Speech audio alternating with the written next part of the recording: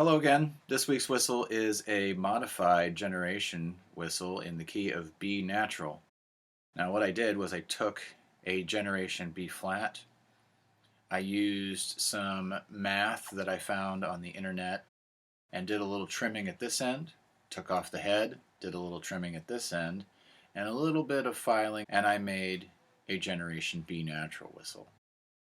Now it's got all the usual stuff like the blue tack in the cavity under the windway, a little bit of tweak love. There's only so much I could do with it though. It has a really sort of big, hissy windway, which is one of those generation inconsistencies. Sometimes they work really well, sometimes they don't. This one's been tempered as well as I can get it. I found that by using the equation that I found on a website and doing some cross multiplication, I could come up with the appropriate measurements to trim an E flat generation down to an E, F down to F sharp, and so on. So at this point I have a generation in every semitone key from the sopranino G all the way down to B flat, and that's fantastic. Pros of this one are it's great to have something in the key of B. It has all of the positives that you would talk about with a normal generation whistle, as well as all the negatives in terms of the manufacturing inconsistency in these injection molded heads.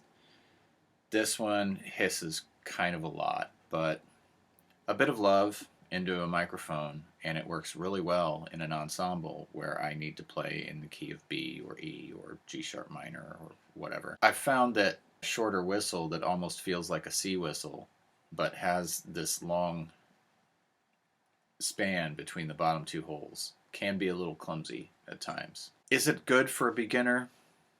Not particularly. I mean, it requires a bit of extra love and consideration to use this whistle practically.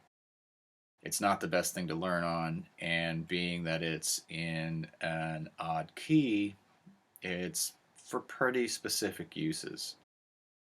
Now, obviously, you learn the fingering, you can practice any tune you want on this, but it doesn't fit right into a trad group. It's fun to play around. Tone's a bit darker than I would prefer.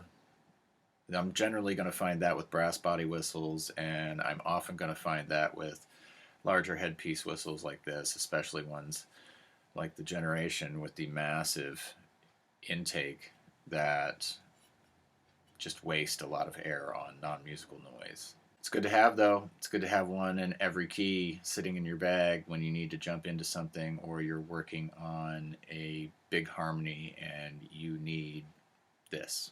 That was our whistle of the week, the modified generation in B natural.